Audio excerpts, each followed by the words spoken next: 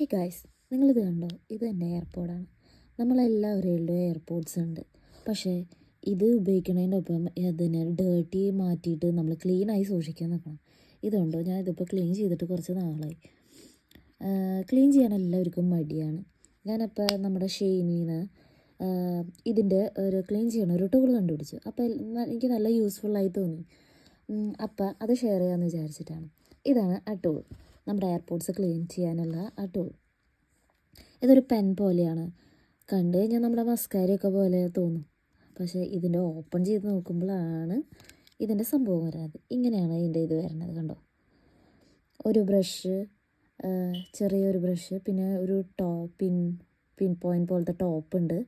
അത് നമുക്ക് എയർപോഡ്സിൻ്റെ അത് ഇൻസൈഡ് ക്ലീൻ ചെയ്യാനാണ്. അതും കൂടാണ്ട് നമുക്കിങ്ങനെ ഇത് ഓപ്പൺ ചെയ്ത് നോക്കുമ്പോൾ ഒരു നല്ല സ്മൂത്ത് സർഫസ് ആയിട്ടൊരു ഇതുണ്ട്.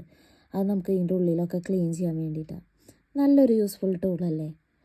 അപ്പോൾ നമുക്ക് എല്ലാവർക്കും നമ്മുടെ എയർപോഡ്സ് ഇതുപോലെ ക്ലീൻ ചെയ്യാം. ഞാൻ അത് കണ്ടപ്പോൾ ജസ്റ്റ് ഷെയർ ചെയ്യണമെന്ന് വിചാരിച്ചത് എല്ലാവരുമായിട്ട്. ഞാൻ ഇതിപ്പോൾ വാങ്ങി നോക്കിയതാണ്, ഭയങ്കര യൂസ്ഫുള്ളാണ്. അപ്പോൾ ഇത് നല്ലതാണ്. Thank you.